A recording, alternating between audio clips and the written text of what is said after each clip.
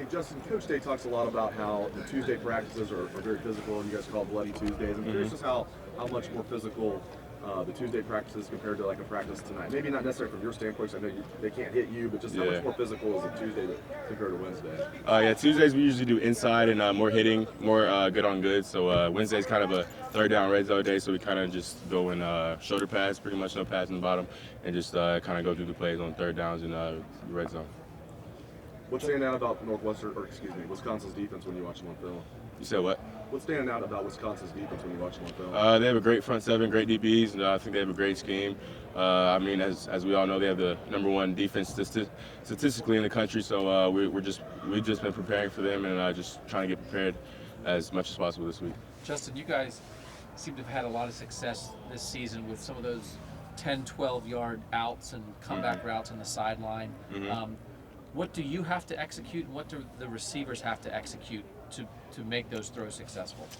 It's just timing and just getting more and more reps. So just more and more as we do it, just kind of getting on the same page as them and just kind of timing that throw up and just really just getting on the same page. But for you to throw from the opposite hash to the far sideline and make some of those throws, don't you need some arm strength on that thing to get it out there? Yeah, you do, but I feel like I've been blessed with arm strength, so it's not really kind of a hard thing for me to do. Because I think that it looks easy. Like, I mean, do you feel like that's easy money throws sometimes? That, like, depending what the coverage is, they might be giving you guys some of those, and you can just take it. I mean, yeah, it's just the practice and just doing that, just reps and reps and just endless amount of reps. So as we practice it in practice, you just get stronger and get more used to the throw, and you just go out there and execute it in the game. Because the thing that always is, I'm sorry about this, but like when you guys make things look easy, I know they're not that easy, right? Because if it was that easy to hit a 12-yard out for a first down that many times in a game, every team in the country would do it every game, and they don't. So I'm just always curious the amount of work that must go into making things look easy. I think that's just the coaches knowing their players' strengths and just kind of knowing what plays to put in for that certain defense. And I think a lot of things go into that, and when the play calling and stuff like that.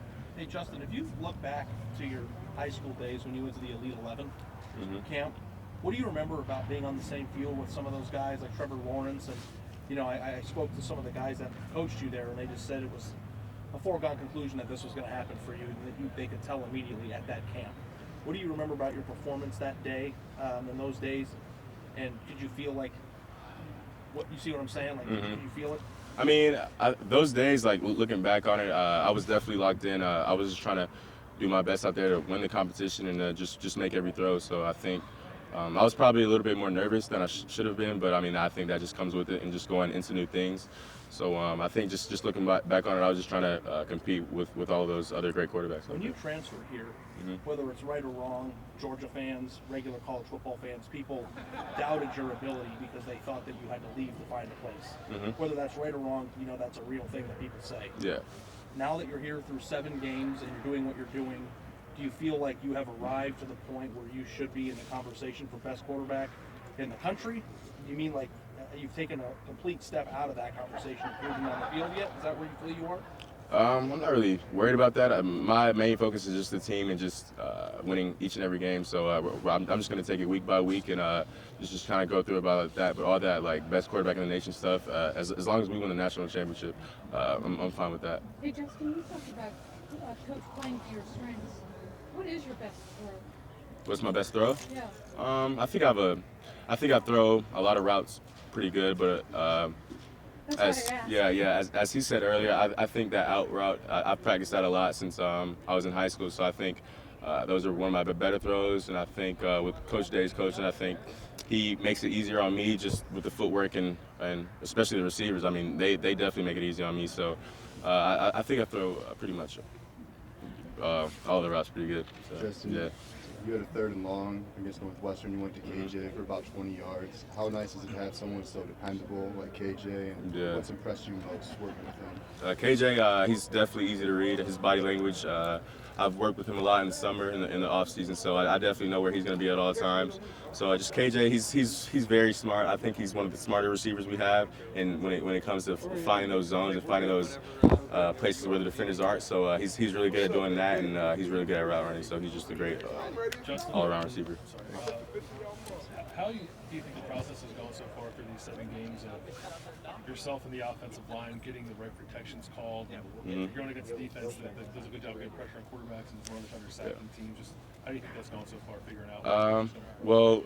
As soon as I got here, Coach Day emphasized the protection, so I worked really hard on that, like right when I got here. So I think the O-line and I are on the same page, and I think we see defense as well, and we see who's coming and who's not. So as long as me and those guys are on the same page, and I know who they're blocking and who I have to account for, I think we should be good going in the future. How surprised were you that Illinois beat Wisconsin last week, and what did you learn by watching the game plan? It's not that surprising. I mean, we see upsets all the time, but that just shows you that you can't take any team lightly. You just have to go into every game, no matter who you play, and play your best, because the better you are, you're gonna get the opponent's best shot. Because of course, they're gonna want to beat you. So I mean, going into every game, you have to play your best and just go out there and play our game. It could be a wet day. It could be a wet day on Saturday. How comfortable are you throwing a wet ball? I mean, obviously you can practice for it, but I mean, how does that practice translate into a game situation? Yeah, we practice wet balls. So every period, Corey will go out there and squirt the ball with water. So we practice with the receivers. They're very comfortable in it, and I think that won't be a problem. So Coach Day talks about like wet balls and stuff like that. Our job is just limit the amount of turnovers and just kind of just play better than their offense. So my job is to beat the quarterback on the other side of the ball and just take care of the ball and kind of just be better than him on that day. You've done that just this week, or you do that every week, the wet balls? They look at the weather and see like what the weather's going to be the weekend coming up. To go back to Wisconsin's pass rush, the fact that it comes out of a 3-4, you guys haven't seen that a whole lot this year. Is that any kind of a different wrinkle that you have to adjust to, the way their edge rushers are? Nah, not really. Nah. 2 more questions for Justin. You guys feel like the best offense in the country right now. Do you feel like you're there, or do you feel like you've got ways to prove yourself?